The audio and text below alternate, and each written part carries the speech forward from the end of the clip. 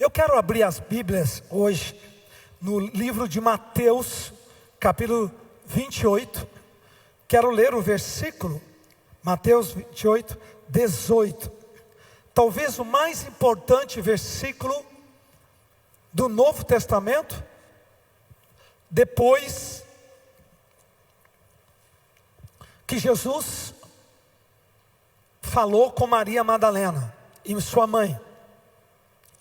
Olha o versículo 18 de Mateus 28, que é o que celebramos hoje, a Santa Ceia do Senhor.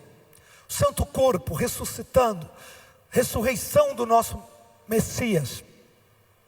A morte não conseguiu retê-lo, segurá-lo. Jesus, aproximando, falou-lhes dizendo: toda autoridade me foi dada, aonde? Nos céus e na terra. Aí ele dá a ordem para os discípulos irem. Portanto, ide, próximo versículo, e fazei discípulos de todas as nações, batizando-as em nome do Pai, do Filho e do Espírito Santo. Eu acredito que aqui nasceu a essência da igreja. A essência da igreja. Agora, a palavra mais importante para mim, pode voltar no 18. A palavra mais importante para mim é quando Jesus diz assim: toda autoridade me foi dada nos céus e na terra. A palavra autoridade aí é a palavra, deixa eu pegar para você aqui, exousia. E essa palavra exousia é uma palavra que quer dizer poder de escolha, poder para escolher, para decidir. Então Jesus, ressurreto, encontra os discípulos e diz essa expressão: toda autoridade me foi dada, um pouquinho antes de subir aos céus. Toda autoridade, toda exousia me foi dada no céu. É interessante que ele não disse poder, ele disse autoridade. Poder, dunamis, que foi usado inclusive quando ele disse assim: permanecei em Jerusalém e do alto recebereis poder. Ali é dunamis, mas aqui é exousia, quer dizer autoridade para decidir, para tomar decisão, nos céus e na terra. Isso quer dizer o quê? Que não tem nenhuma decisão no céu e na terra que de alguma maneira não passa por ele, de alguma maneira não passa pelo Senhor. Toda a exousia, ele não falou uma parte da autoridade, ele não falou autoridade espiritual, ele falou autoridade espiritual, autoridade financeira, autoridade sobre a saúde, autoridade sobre qualquer área das nossas vidas. A palavra autoridade aí, ela foi muito aberta. Toda autoridade, não uma parte dela, toda exousia me foi dada nos céus e na terra.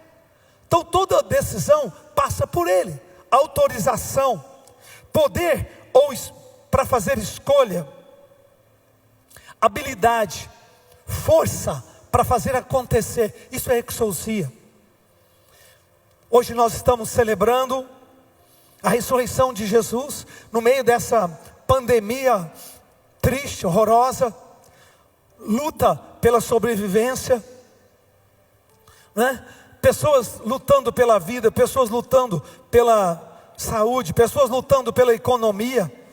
Mas eu quero dizer uma coisa para você: o barco da humanidade não está ao léu. Tem um rei, tem um Senhor, tem um Jesus que é Senhor nos céus e na terra. Dá para você dar uma salva de palmas a Ele? Há um Deus, há um Senhor que ganhou a chave da autoridade, que pegou toda a permissão nos céus e na terra. Certo? Não é só no céu, é na terra. Não é só na terra, também nos céus. Já pensou, gente? Toda decisão tem que passar pela autorização dele, pela autorização dele, pelo poder que ele dá de aceitar aquilo, de orientar aquilo, de permitir aquilo. Isso não traz segurança para o seu coração? Para mim traz. Eu descanso e digo: oh, Senhor, obrigado. A vida não é um barco ao léu da maré, de qualquer jeito, não. há um Senhor que governa, há um Senhor que reina. Eu quero mostrar para você Marcos capítulo 9, versículo de 1 a 9. Marcos 9, de 1 a 9. Jesus usa essa autoridade ampla, aberta, quando ele faz uma cura em cima de uma pessoa muito doente. Marcos 9, Moisés aparece com ele e Elias, Moisés e Elias no monte, falando com Jesus, chamado Monte da Transfiguração. Pedro diz: vamos fazer aqui, Senhor, 3 tendas e vamos ficar aqui, uma para Moisés, uma para Elias e outra para nós. Pedro não sabia o que falava, estava aterrorizado. Para frente, veio uma nuvem que os envolveu e uma voz que dizia: este é o meu filho amado, a ele ouvi. Por que Deus falou isso? Porque ele teve autoridade, porque Deus estava respaldando a autoridade que seria colocada em Jesus. Quem falou isso foi os céus, foi uma voz como se fosse um trovão: escuta meu filho, ele sabe o que fala, escuta a sua voz, escuta a sua palavra, escuta a sua direção. Ele ganhou, ele recebeu essa autoridade, ele pagou esse preço. Ele pagou esse preço para ter essa autoridade. O Pai respalda o Filho. O Pai respalda o Filho. Tem um acontecimento nos evangelhos muito interessante. Jesus faz uma pergunta para eles, dizendo: o Filho do Homem tem poder para perdoar pecados? E aí eles ficam: mas só Deus pode perdoar pecado, é impossível perdoar pecado. Aí Jesus faz uma pergunta: perdoar pecados é mais fácil ou é mais difícil do que curar um paralítico, por exemplo? E aí eles disseram: não, perdoar pecados ninguém vê. Se alguém fala que vai perdoar pecados, perdoou o pecado, mas ninguém assistiu, ninguém viu. Já o paralítico não, é uma coisa muito mais difícil. Então Jesus cura um homem e o manda levantar. Jesus cura um homem e o manda levantar. Ele levanta, e aí Jesus fala: agora teus pecados estão perdoados. Aí todo mundo caiu: mas não pode falar que pecados foi perdoado, só Deus pode fazer isso. Jesus disse: espera, vocês não falaram, vocês não disseram que é mais fácil perdoar pecados do que curar? Curar não é mais difícil? Então eu estou curando. Ele está curado, quer dizer que se eu fiz o mais difícil, eu posso fazer o mais fácil. Ali Jesus abre, ali Jesus inaugura, ali Jesus mostra que Ele tem poder sobrenatural, poder de força, de graça, para entrar numa área que as pessoas não imaginavam que Ele tinha, que era a área de perdoar pecados, que era a área de curar não só o corpo, mas também a alma. Quando Ele disse: toda exousia, toda autoridade me foi dada no céu e na terra, Ele não disse isso quando Ele começou o ministério, Ele disse isso quando Ele terminou o ministério. Ele disse isso na ressurreição, Ele disse isso depois de ter vencido a morte, depois de ter ido para o Calvário, depois de ter padecido, depois de ter sofrido, depois de ter se angustiado, depois de ter ido lá embaixo. Impressionante. Vá comigo para o livro de Efésios, capítulo 4, Efésios 4, no versículos 8 em diante. 4, 8 em diante. 4, 8 em diante. Projeta aí. Por isso diz: quando Ele subiu às alturas, Ele levou cativo o cativeiro e concedeu dons aos homens. O que quer dizer subiu? Senão também que havia descido até as regiões inferiores da terra. Aquele que desceu também é o mesmo que subiu acima de todos os céus, para encher todas as coisas. Dá para você dar uma salva de palmas? Para encher todas as... O que quer dizer encher? Quer dizer que Ele entrou em todas as áreas da vida humana. Ele entrou em tudo, nos planetas, Ele entrou nas galáxias, Ele entrou nas partículas, Ele entrou nos vírus, Ele entrou em tudo. Quer dizer que Ele entrou em todas as coisas, gente, para encher todas as coisas. Então hoje, domingo maravilhoso, nós vamos declarar que Jesus é o Senhor mais uma vez. Declarar que Jesus é o Senhor absoluto, né? E Ele preenche todas as coisas, nada vai ficar vazio. Se tem uma área vazia na sua vida, traga o senhorio de Cristo, traga o poder da sua presença, traga o poder da sua palavra. É interessante que diz, aquele que desceu é o mesmo que subiu acima dos céus, para preencher todas as coisas, para tomar o lugar de honra, de glória. Nós estamos orando para que haja vacinas contra esse coronavírus. Nós estamos profetizando que haja remédios, que haja um tratamento mais sistemático. Nós estamos orando para que Deus possa virar essa maldição, virar essa praga, né? E que a sociedade possa sair melhor. Eu tenho pregado sobre as quarentenas na Bíblia. Quarentenas de José, quarentenas de Elias, quarentenas de Moisés, quarentena de Jesus. E nós estamos na nossa quarentena. Para quê? Para que você enxergue quem é Jesus, para que você veja, é uma oportunidade de você enxergar o Filho de Deus em sua plenitude. Não apenas o Jesus histórico, mas o Jesus Senhor. Não apenas o Jesus que realiza a história, mas aquele Jesus que toca, que liberta, que cura, que enche o que está vazio. Ele foi aos lugares baixos da terra, inferiores, ressuscitou, voltou, subiu acima dos céus, se assentou acima dos céus e ganhou autoridade para preencher todos os espaços do universo, para encher todas as coisas. Vá comigo ainda para mais um versículo que eu acho muito, muito bonito, um acontecimento que teve no livro de Atos, capítulo 4, Atos 4, versículo 7 a 12, Atos 4, 7 a 12. No livro de Atos, capítulo 4, nós encontramos um acontecimento fantástico e uma pregação. O apóstolo Pedro está pregando. Pondo perante eles, os arguíram: com que poder ou em nome de quem fizestes isto?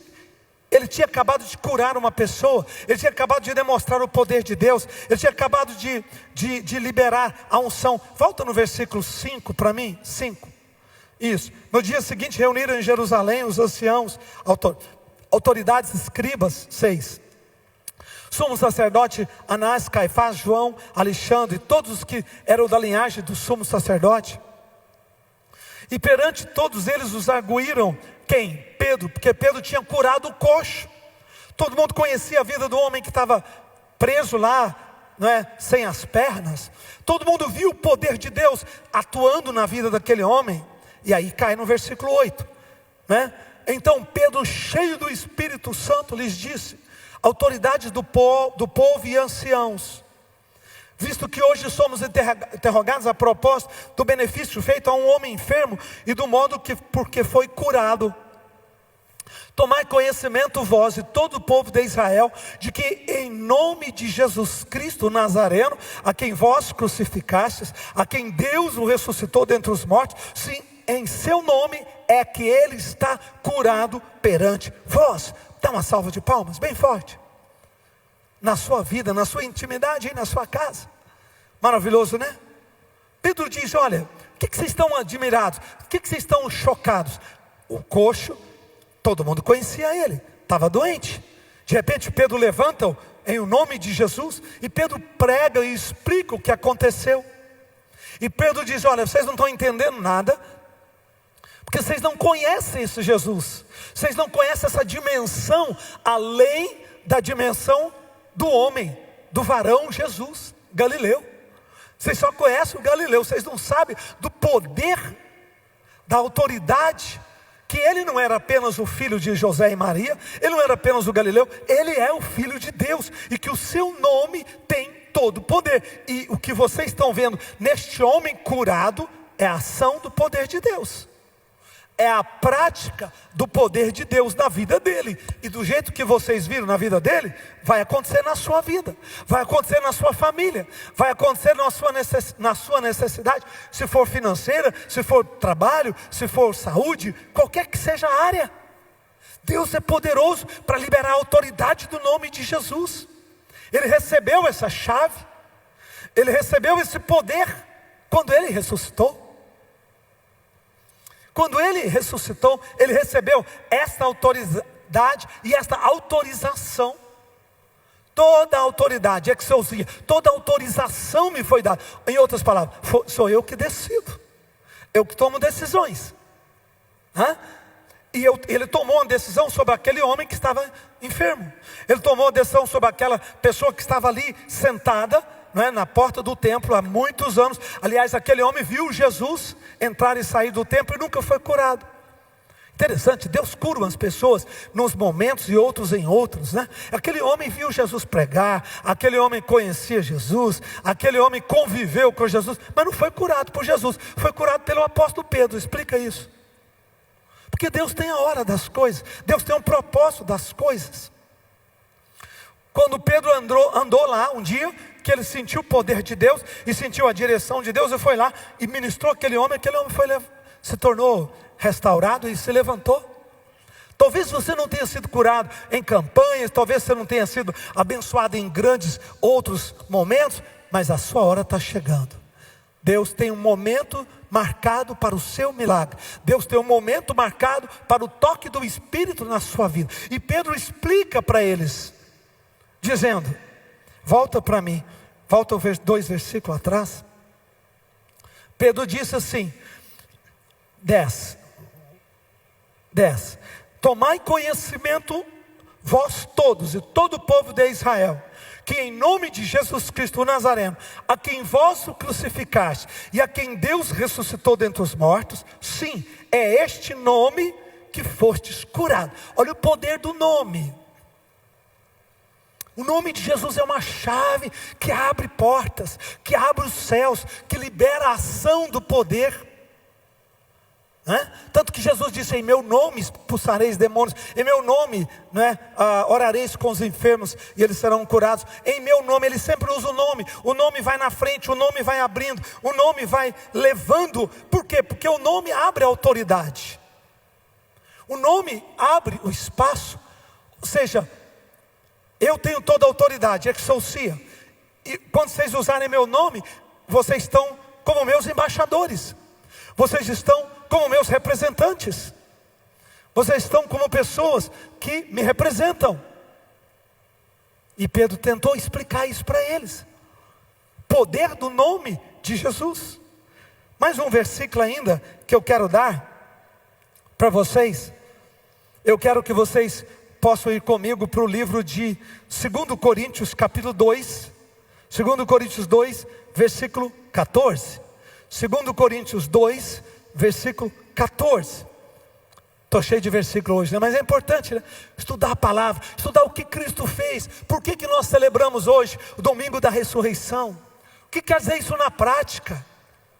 1 Coríntios 2, Paulo explica uma coisa poderosíssima, que tem a ver com a consequência deste fato de que Jesus teve toda a autoridade nos céus e na terra. Porque se ele tem toda a autoridade no céu e na terra, isso tem consequências.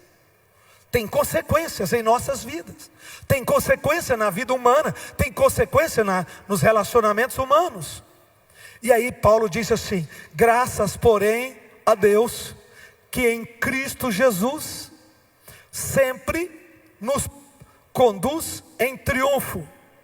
Eu não gostei dessa tradução. E por meio de nós manifesta sua fragrância em todo lugar, manifesta em todo lugar a fragrância do seu conhecimento. A minha tradução não diz exatamente isso não.